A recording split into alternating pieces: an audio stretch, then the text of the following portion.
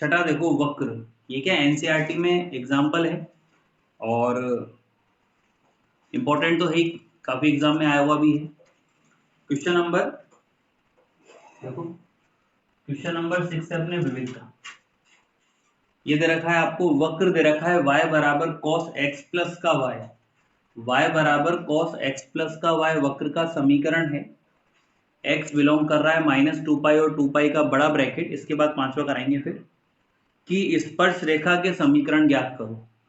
तो वक्र की स्पर्श रेखा के समीकरण ज्ञात करने, तो ऐसा तो है नहीं कि अपन ने पहले कोई स्पर्श रेखा के समीकरण कहीं ज्ञात नहीं करे, खूब ज्ञात करें। पर त्रिकोणमिति में फलन फर्स्ट टाइम हमारे पास आ रहा है इस तरह का। तो y बराबर cos x प्लस का y अपन को दे रखा है, x बिलोंग कर रहा है -2 से 2 का बड़े ब्रैकेट में, कि स्पर्श रेखा के समीकरण ज्ञात करो जो कि x प्लस 2y बराबर 0 के क्या है, समांतर है। तो वक्र दे रखा है सबसे पहले अपन को, तो अपन पहले डायग्राम बनाने की कोशिश कर लेते हैं किस तरह का डायग्राम बनता है। देखो यहाँ पे जैसे ये वक्र बना लिया, मैं पहले ऊपर ही बनाता हूँ ये वक्र इस बार है ना, हर बार अपन साइड में बनाते हैं ना। तो ये अपन ने वक्र बना लिया, जैसा बनाते हैं अपन हर बार वही है। तो ये दे रखा है आपको y बराबर में cos x प्लस का y, तो ये वक्र दे रखा है। इस वक्र की स्पर्श रेखा का समीकरण निकालना है अपन को। तो जब स्पर्श रेखा निकालते हैं तो वक्र पर बिंदु मान लिया कैपिटल P और निर्देशांक क्या होगा अपने पास h के। जो मानते आ रहे हैं वही चलेंगे, नयापन कुछ नहीं आएगा, बस गणना थोड़ी सी अच्छी है, पॉइंट निकालने के लिए कैलकुलेशन काफी अच्छी करनी पड़ेगी। तो y दे रखा है अपन को cos x प्लस y और वक्र पर बिंदु मान लिया अपन ने कैपिटल P, ठीक है। इस बिंदु P पर हम क्या कर रहे हैं, यहाँ पर ये स्पर्श रेखा खींच दी मैंने, आप इसको टच मान लेना भी। ये स्पर्श रेखा खींची हुई है, हम स्पर्श रेखा खींचती, तो इन स्पर्श रेखा का समीकरण निकालना है अपन को। तो ये जो स्पर्श रेखा है ना, एक रेखा और दे रखी है आपको, x प्लस का 2y बराबर 0 के समांतर। तो जब इस तरह की कंडीशन वो देता है, सिंपल सी बात है, वो कुछ ना कुछ पॉइंट निकालने के लिए तो देता है अपन को, पहले भी कई बार दी है अपन को कंडीशन। तो कंडीशन का यूज करना है बिंदु निकालने के लिए। जब बिंदु मिल जाएंगे तो ढाल पता लग जाएगा, ढाल पता लगते ही हम लोग स्पर्श रेखा का समीकरण यहाँ पर निकाल लेंगे, ठीक है।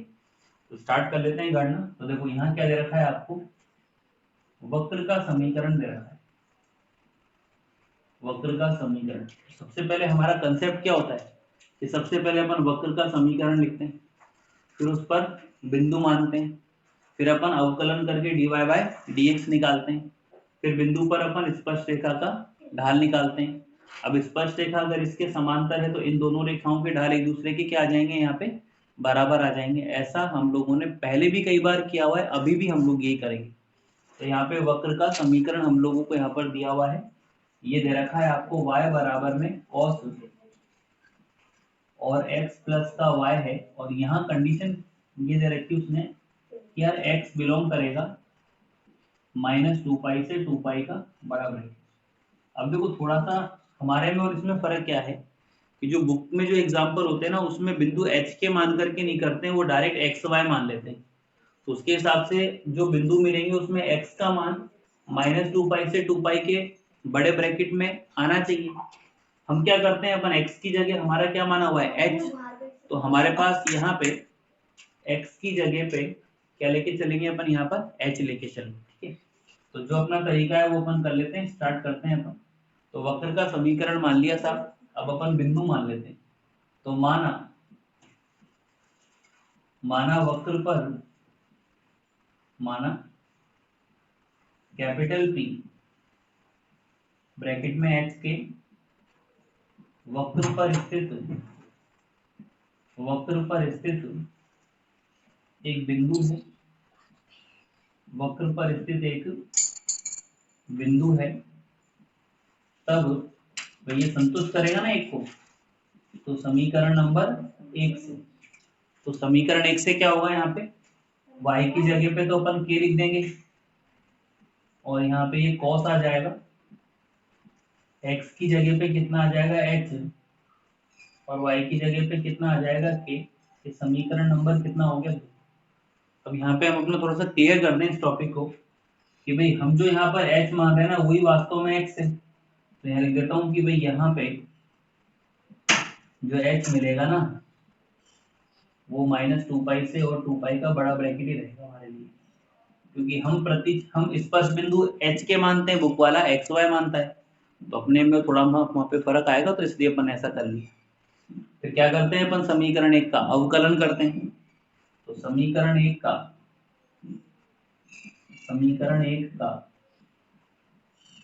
dw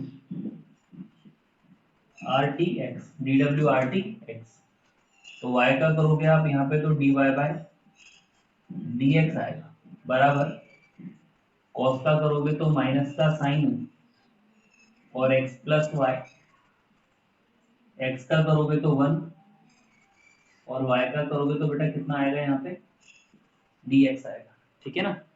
तो dy बाई dx बराबर ये वैल्यू आ गई। थोड़ा सा कैलकुलेशन कर लेते हैं। तो ये dy by dx equal to,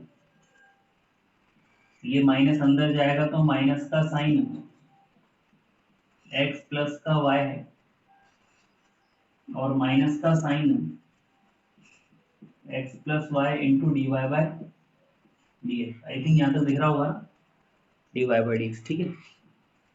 अब d y by d x नहीं निकालना है अपन को, तो इसको अपन इधर ले आते हैं, थोड़ा ऊपर कर देता हूँ मैं यहाँ पे। तो देखो यहाँ पे d y by d x तो है ही पहले से ही, ये जब माइनस का इधर आएगा तो प्लस का हो जाएगा, प्लस में साइन x प्लस का y और dy बाई डी एक्स बराबर में माइनस का साइन और x प्लस का y। भाई स्पर्श रेखा के ढाल के लिए dy बाई डी एक्स गणना करके ये पहली बार कर रहे हैं अपन, इसमें केवल गणना जो होगी ना वो सब फर्स्ट बार है, बाकी पैटर्न सारे पड़े हुए हैं। तो यहाँ पर ये dy बाई डी एक्स आ रहा है, तो 1 प्लस का साइन और यहाँ पे x प्लस का y आ रहा है, बराबर में माइनस का साइन है और यहाँ कितना आ जाएगा x प्लस का y, ठीक है। तो अब यहाँ पे देखो ये dy बाई डी एक्स है, dy बाई डी एक्स, तो इसका भाग लग जाएगा नीचे, तो माइनस का साइन बेटा और x प्लस का y अपॉन और 1 प्लस का साइन और x प्लस का कितना आ जाएगा यहाँ पे। तो ये अभी गणना करके dy बाई डी एक्स मिला, और सवालों में डायरेक्ट एक दो लाइन में खत्म हो जाया करता था, ठीक है। तो सबसे पहले अपन ने वक्र का समीकरण लिया, वक्र के समीकरण पे अपन ने बिंदु माना, बिंदु को संतुष्ट करा दिया, फिर अपन ने अवकलन करके dy बाई डी एक्स निकाल दिया। अब बिंदु P पर स्पर्श रेखा खिंचा मारी ना, तो बिंदु P पर ढाल भी तो निकलेगा, तो यहाँ पे तब कैपिटल PHK पर स्पर्श रेखा का ढाल, PHK पर स्पर्श रेखा का ढाल, तो ये क्या लेते हैं अपन dy बाई dx लेते हैं, और बिंदु क्या लेते हैं बेटा यहाँ पे P लेते हैं। तो थ्योरी क्या बनी, कंसेप्ट क्या बना कि जो dy बाई डी एक्स आ रहा है उसमें जब बिंदु P पे निकालोगे तो x की जगह तो h रखोगे और y की जगह पे k, तो यहाँ पे माइनस का साइन आ जाएगा, x की जगह h आ जाएगा और y की जगह k आ जाएगा, और अपॉन में 1 प्लस का यहाँ पर ये साइन आ रहा है, x की जगह h आ जाएगा और y की जगह पे k आ जाएगा। ये हमारे पास स्पर्श रेखा का ढाल आ गया। लेकिन अभी तक भाई हमको करना क्या है, आपके द्वारा सवाल में क्या माना गया है, हमने सवाल में बिंदु P के निर्देशांक माने हैं h के।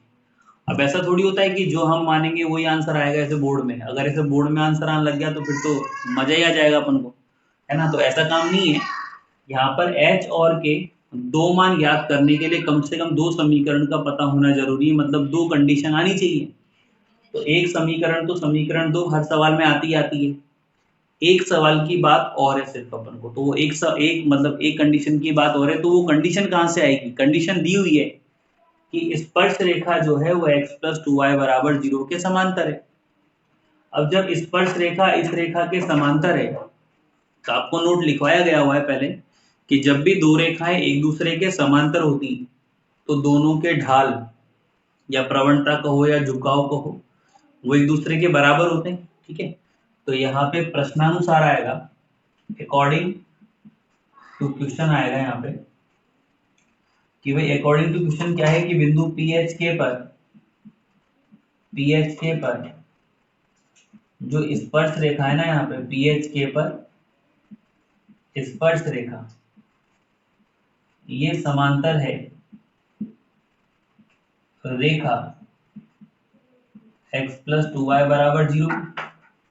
तो जब ये रेखा इसके समांतर है तो स्पर्श रेखा का जो ढाल है कितना है, dy बाई dx, और पॉइंट P जो है ये रेखा के ढाल के बराबर होगा, और रेखा x प्लस का 2y बराबर 0 के ढाल के बराबर होगा। तो ये dy बाई dx और बिंदु P पर तो ये रहा, पर इस रेखा का ढाल क्या निकलेगा, तो देखो जब भी अपन किसी रेखा का ढाल निकालते हैं तो उसको y बराबर mx प्लस p में चेंज करते हैं। ठीक है, तो यहाँ पे x प्लस का 2y बराबर 0 है तो y का LHS में रहना चाहिए। तो y बराबर mx प्लस c दे रखा है अपन को यहाँ पे, तो x प्लस का 2y बराबर 0 है तो अपन y को LHS में लिखेंगे, तो 2y को तो LHS में लिख दिया और x को अपन ने RHS में लिख दिया। तो नीचे गया, तो अब इसमें कांस्टेंट तो है नहीं, 0 मान लो। तो देखो अब तुलना कर लो आप, y की जगह पे y आ रहा है, x का गुणांक यहाँ पे m आ रहा है, तो x का गुणांक क्या है यहाँ पे माइनस में 1/2 है, और c की जगह 0 मतलब m की जगह पे माइनस 1/2 आ गया ना रेखा का ढाल। तो यहाँ पे देखो इसकी जगह तो मैं यहाँ पर ये लिख देता हूँ, ये मिल रहा है ना, तो माइनस का साइन और h प्लस का k अपॉन 1 प्लस का साइन और h प्लस का k बराबर में इस रेखा का ढाल कितना आ रहा है, माइनस का 1/2 आ रहा है। तो देखो जब अपन रेखा का समीकरण निकालेंगे ना तो रेखा का ढाल तो अपन यहाँ पे माइनस 1/2 डायरेक्टली काम में ले लेंगे यहाँ से। ठीक है, अब अपन को तो h और k में समीकरण निकालनी है, तो h और k में समीकरण निकालने की कोशिश कर लेते हैं अपन। ठीक है भाई, तो देखो माइनस से तो माइनस कट जाएगा, 2 को इधर गुणा करोगे आप तो ये आएगा 2 साइन और h प्लस का k बराबर में 1 प्लस का साइन और h प्लस का कितना आएगा यहाँ पर k आएगा। ठीक है, ये वैल्यू आएगी यहाँ पे। अब इसको आप इधर लेके आओ, 1 सेकेंड, थोड़ा लाइन इधर खींच लीजिए,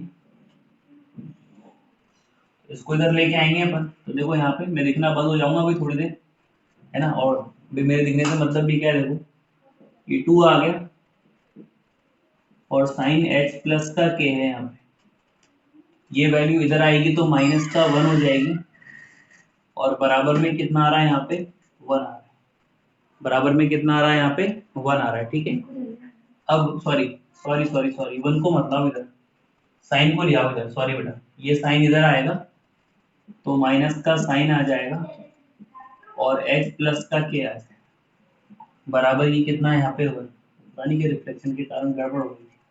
तो अपन साइन h प्लस k को इधर लिया है और 1 को अपन ने यहाँ पे रख लिया ऐसे। ठीक है, अब 2 में से एक जाएगा यहाँ पे तो ये कितना बचेगा, एक ही तो बचेगा, तो साइन h प्लस का k बराबर में वैल्यू जो है वो कितनी आ रही है यहाँ पे 1 आ रही है भाई।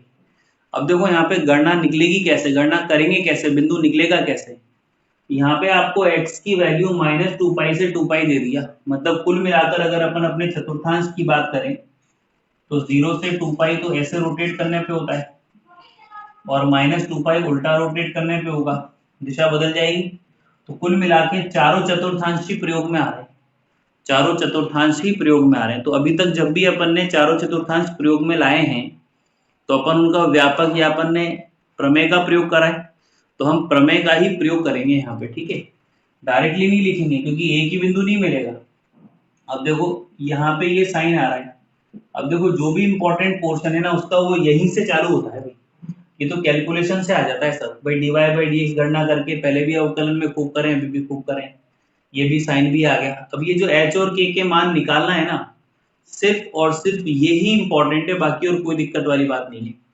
तो यहाँ पे ये साइन h प्लस का k है, ये जो एक आ रहा है साइन के अंदर, इसको अपन साइन π/2 लिख सकते हैं। अब चूंकि पूरे चारों चतुर्थांश का प्रयोग हो रहा है तो अपन तो प्रमेय का प्रयोग करेंगे।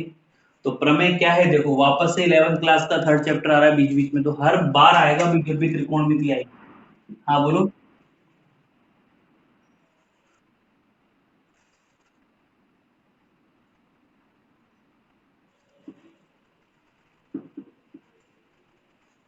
देखो आगे, तो साइन h प्लस का k बराबर साइन π/2 है।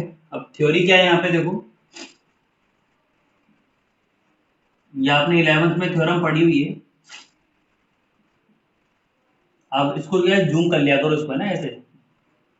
साइन x बराबर जब साइन y होता है तो आपने थ्योरम पढ़ी थी कि x बराबर n पाई प्लस माइनस 1 की पावर n इंटू वाई, और फॉर एवरी n किस में बिलोंग कर रहा है यहाँ पे, z में।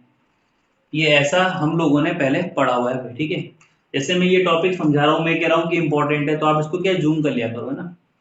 देखो अब आगे, और समझना यहीं से चालू है भाई, अब ये तो कुछ भी नहीं था। देखो यहाँ पे x की जगह पे, इस x की जगह पे h प्लस का k आ रहा है, इस y की जगह पे π/2 आ रहा है यहाँ पे। तो x की जगह पे तो h प्लस का k कर दूंगा, और n पाई है, माइनस 1 की पावर n है, और y की जगह पे π/2 कर देता हूँ, और फॉर एवरी n तो z में बिलोंग करेगा, ये पूर्णांक संख्याओं का समुच्चय। ये समीकरण नंबर 3 आ। भाई होता क्या है कि जब भी हर बार वो अपन को समांतर रेखा के या कोई कंडीशन अलग से देता है तो अपने पास मान निकल जाते हैं। तो ये पहली बार और आखिरी बार ऐसा टॉपिक है कि अपन को मान निकालना पड़ेगा, डायरेक्ट मान नहीं निकल रहा। तो देखो h और k में एक समीकरण, तो ये रही समीकरण नंबर 2, ठीक है। और h और k में एक समीकरण, ये रही समीकरण नंबर कितनी, 3, ठीक है भैया। तो मैं एक काम करता हूँ, h प्लस k का मान समीकरण 3 से समीकरण 2 में रख देता हूँ, तो k आ जाएगा। फिर k का मान यहाँ रख दूंगा तो फिर h का मान आ जाएगा, और जैसे ही बिंदु मिला तो ढाल तो अपन को -1/2 मिल ही चुका पहले से। तो यहाँ पे देखो, अब समीकरण 3 से 2 में मान रखने पर, समीकरण 3 से 2 में मान रखने पर, तो k बराबर, ये cos है, h प्लस k की जगह देखो ये कितना आ रहा है, n पाई, और ये -1 की पावर n इंटू π/2 आ रहा है। अब समझना भाई ये मान निकलेंगे कैसे, है ना। ये मान कैसे निकलता है, देखो आप इसको, ये cos है, ठीक है, जो भी है, ये n पाई है, n पाई। तो देखो n पाई का मतलब जैसे ये हो गया, तो n की जगह तो n है, पाई का मतलब 180 डिग्री हो गया। तो 180 को तो बेटा मैं 2 गुणा और 90 डिग्री ऐसा लिख सकता हूँ। भाई n का मतलब तो n ही है सब जगह, पाई का मतलब 180, 180 का मतलब 2 गुणा 90। तो अगर इस स्टेप को लिखूं मैं, n पाई को ऐसा लिख सकता हूँ, तो इसकी जगह में इसको 2 गुणा n करके 90 डिग्री लिखूं, तो 2n इंटू 90 डिग्री। मेरे हिसाब से यहाँ तक कोई दिक्कत होनी नहीं चाहिए। और ये -1 की पावर n इंटू π/2, यहाँ पे n तो z में बिलोंग कर ही रहा है भैया ना। तो ये मैंने n पाई को ऐसा लिख लिया। अब ऐसा लिखने का कारण क्या है, भाई हम क्या करते हैं, जब भी अपन त्रिकोणमिति फलन में चतुर्थांश वाला टॉपिक पढ़ते हैं तो हम लोग ये तो देखते हैं ना कि 90 डिग्री का गुणांक कैसा है। अगर 90 डिग्री का गुणांक अगर आपके पास सम संख्या है तो फलन परिवर्तित नहीं होता है, बट अगर 90 डिग्री का गुणांक अगर आपके पास एक विषम संख्या है तो फलन परिवर्तित होगा। तो वही कंसेप्ट यहाँ पे आ रहा है, तो उसको अपन ने देखने के लिए अपन ने पाई को 2 गुणा 90 में तोड़ करके और एडजस्ट कर लिया। अब देखो आप 90 डिग्री का जो गुणांक है ना यहाँ पर, वो कितना आ रहा है, 2n आ रहा है। तो 2n क्या होता है, एक सम संख्या होती है। तो जब 2n हमारे पास एक सम संख्या है तो फलन परिवर्तित नहीं होगा ना। तो देखो यहाँ पर मैं cos की जगह पे क्या लगाऊंगा, cos, तो इसका काम खत्म हो गया, और ये थीटा की जगह है, तो -1 की पावर n इंटू π/2 है, और यहाँ पे फॉर एवरी n किस में बिलोंग करेगा, z में। अब देखो इसके आगे कौन सा चिन्ह लगाऊं, चिन्ह वाली बात है। तो देखो हमको यहाँ पे उसने चारों चतुर्थांश दे रखे हैं, तो जब पहले और चौथे में जाओगे तो cos धनात्मक हो जाएगा, और दूसरे और तीसरे में जाओगे तो ऋणात्मक हो जाएगा। तो मैं डायरेक्टली यहाँ पे प्लस माइनस लगा दूंगा, ठीक है भाई, क्योंकि 2n है ना, जनरल है ना ये तो ये तो सब में जाएगा ही जाएगा भाई। n का मान देखो आपने जैसे 1 रखा, तो पाई में से माइनस होगा तो दूसरे में आ गया यहाँ। फिर आप 2 रखोगे तो 2 पाई है यहाँ पे, 2 पाई में प्लस होगा तो फिर पहले में आ गया तो प्लस हो जाएगा। तो प्लस भी आ रहा है और माइनस भी आ रहा है, तो अपन ने डायरेक्टली इसको ऐसे लिख दिया। अब देखो यहाँ पे, यहाँ -1 की पावर n का क्या करें भाई, इस कंसेप्ट का क्या करें। तो देखो -1 की पावर n है, तो n की जगह z में से आएगी। तो n का मान अपन ने जैसे 0 रखा, तो n बराबर 0 रखा, जैसे आपने सब रफ की बात ही कर रहा हूँ मैं यहाँ पर। ये तो cos -1 की पावर 0 तो 1 हो गया, तो ये cos π/2 बना। तो cos π/2 का मान कितना होता है, 0 होता है cos 90 का। सपोज आपने n का मान यहाँ पे 1 ले लिया, तो cos यहाँ पे 1 ले लिया तो -π/2 है।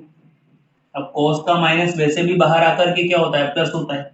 तो cos π/2 बनेगा तो भी वैल्यू कितनी आएगी, 0। तो हर कंडीशन में इसका मान 0 ही प्राप्त हो रहा है। तो यहाँ पे हम क्या करेंगे, इसका मान क्या लिख देंगे, 0 लिख देंगे डायरेक्ट। 0 के आगे प्लस माइनस होता ही नहीं है, तो यहाँ पे 0 तो उदासीन है ना। तो हमको यहाँ पर k का मान 0 प्राप्त हो गया, ठीक है। हमको यहाँ पर k का मान 0 प्राप्त हो गया। ये गणना इंपॉर्टेंट है भाई, मैं एक बार थोड़ा सा और रिपीट कर देता हूँ। चाहे ये n पाई दे रखा है, तो पाई की जगह पे यहाँ पे 90 डिग्री हो, सॉरी पाई की जगह पे 180 हो गया, तो 2 को उधर भेज दिया, 90 को इधर भेज दिया, और ये वैसे का वैसा लिख दिया।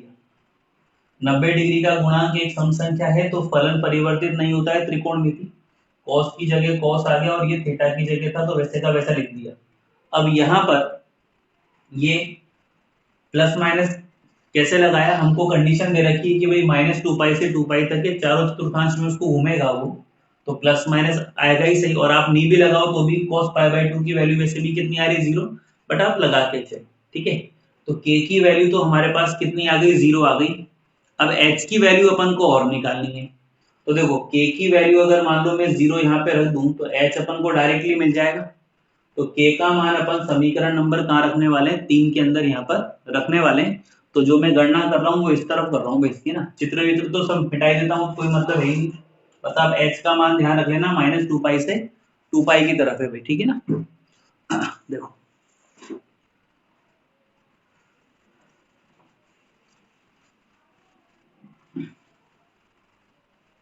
इधर से मिटाता हूँ, ये क्या काम है। ढाल -1/2 है ही लिखा हुआ है ही। अभी क्या पहले वाले बैच में इतना सा ही रह गया था सवाल। अब k का मान रख देते हैं अपन 3। k का मान समीकरण 3 में, k का मान समीकरण 3 में रखने पर, तो k का मान समीकरण 3 में रखेंगे अपन, तो यहाँ पर ये h k का मान 0 हो जाएगा। तो n पाई प्लस करके बेटा -1 की पावर n इंटू π/2, और यहाँ पे फॉर एवरी n किस में बिलोंग करेगा, z में, ठीक है भाई। तो h प्लस 0 का मतलब h ही होता है वो तो। अब देखो अपन को z में से मान रखने पड़ेंगे, और इस बार पहली बार अपन को यहाँ पे -2 पाई भी दे रखा है भाई। इसका मतलब अपन पहली बार यहाँ पे माइनस के मान भी यहाँ पे अपन रख पाएंगे, ठीक है। तो देखो n बराबर -2 से रखना स्टार्ट कर देते हैं भाई, z में तो सारे मान ही आते हैं। तो h बराबर आ गया देखो -2 पाई, तो -1 की पावर -2, तो -1 की घात सम संख्या तो प्लस ही होएगा। तो -2 पाई और प्लस का π/2 आ जाएगा भैया, ठीक है। तो 2 दूनी 4 में से 1 गया, तो -3 π/2 मतलब होता है 270। तो 270 डिग्री 360 से -360 से +360 के बीच आता है।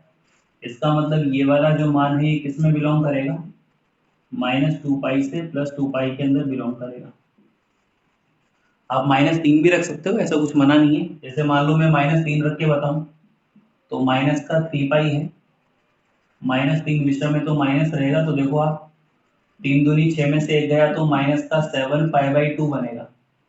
तो यहाँ पे कितना हो जाएगा, 7×63 630 माइनस का तो बाहर चला गया ना भाई, है ना भाई। ये कितना हो गया 90, तो 7×9 = 63 हो गया, तो 630 बना, तो ये बाहर चला गया, कोई मतलब ही नहीं है। इसीलिए अब अपन n बराबर -1 रख के देख लेते हैं भाई, जो जो मान आएंगे वो रखते जाएंगे -1 पर। तो h की जगह पे या माइनस का पाई हो जाएगा,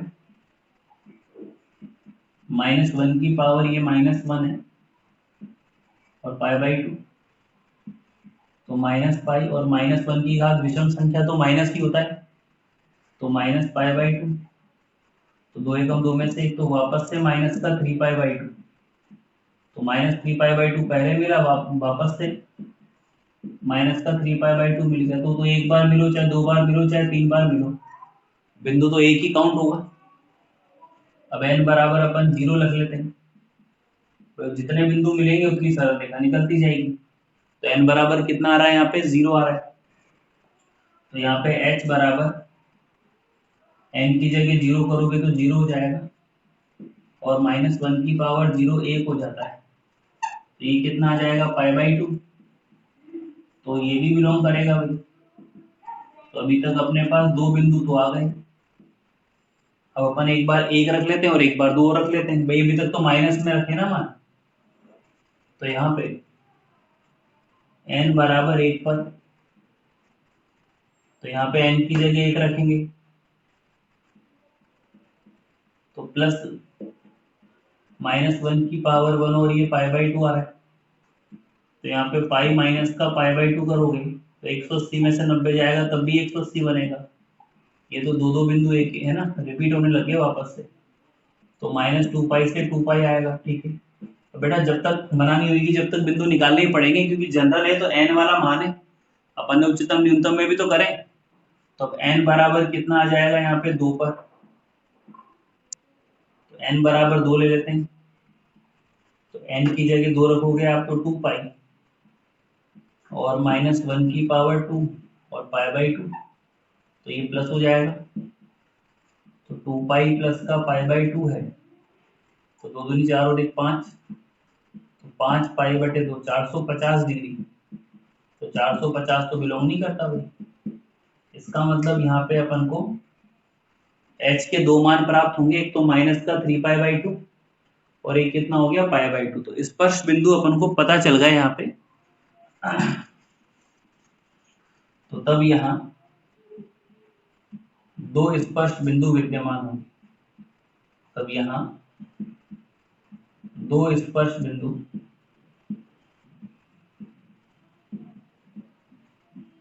तो एक तो कौन सा है, माइनस का 3π/2 और k का मान 0 वह, और एक π/2 और कितना है बेटा 0 है, ठीक है।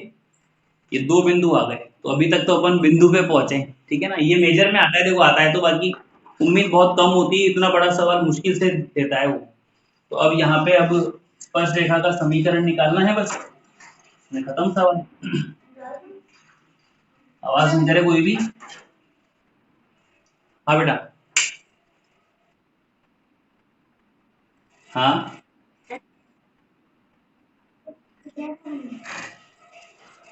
2 दूनी 4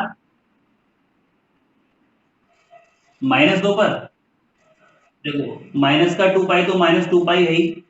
अब -1 की घात सम संख्या है ना, तो -1 की घात सम संख्या का मान क्या होता है +1, तो ये प्लस कितना हो गया π/2 हो गया। अब 2 दूनी 4, तो होना तो उससे क्या फर्क पड़ता है बेटा, तो -1 की घात -2 है, इसको जब नीचे लेके जाएगा तो -1 की घात 2 बनेगी ना, तो 1/1 करेगा तो कितना आएगा, 1 ही तो आएगा प्लस।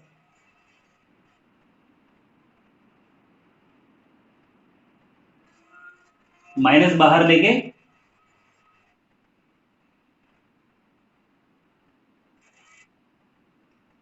ये माइनस बाहर निकाल सकते हो क्या तुम? ऐसे माइनस बाहर निकल जाता है क्या?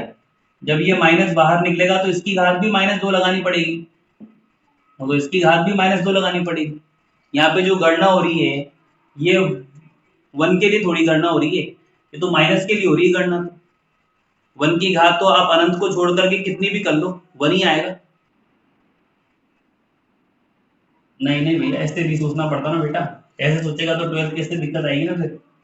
देखो आगे, अब बिंदु तो आ ही गया, ढाल 1/2 है ही, बस खत्म सवाल। तो यहाँ पे फर्स्ट है -3π/2 0 पर स्पर्श रेखा का समीकरण। स्पर्श रेखा का समीकरण। तो ये स्पर्श रेखा का जो समीकरण है ये कितना आता है? देखो, y माइनस का y1 बराबर dy/dx है, और बिंदु तो P था ही, और x माइनस का x1। तो y1 की जगह कौन है यहाँ पे? 0 है। ढाल -1/2 आया ही था बेटा, अभी अभी यहाँ से मिटा रहा है मैंने। और x1 की जगह पे माइनस का 3π/2। दो को तो इधर गुणा कर दो, आपको 2y हो जाएगा। ये माइनस का x, माइनस माइनस प्लस और माइनस, माइनस का 3π/2। तो x इधर आएगा तो बेटा x प्लस का 2y हो जाएगा, और माइनस का 3π/2। एक स्पर्श रेखा तो ये आ गई अपने पास, ठीक है। दूसरी देखो यहाँ पे इस पे निकलेगी, तो π/2 से 0 पे स्पर्श रेखा का समीकरण। स्पर्श रेखा का समीकरण। तो यहाँ पे y माइनस y1 बराबर dy/dx, और पॉइंट P है, और x माइनस कितना आ जाएगा बेटा? x1 आ जाएगा। तो यहाँ पे y माइनस y1 की जगह तो 0 ही था, ढाल -1/2 है ही, और x1 की जगह पे π/2, दो को इधर भेज दो तो 2y माइनस x प्लस का π/2। तो ये x इधर आएगा तो प्लस का, तो x प्लस का 2y बराबर कितना है? π/2। तो ये ऐसे सवाल पूरा होता है, ठीक है। करो आप 1 मिनट फटाफट।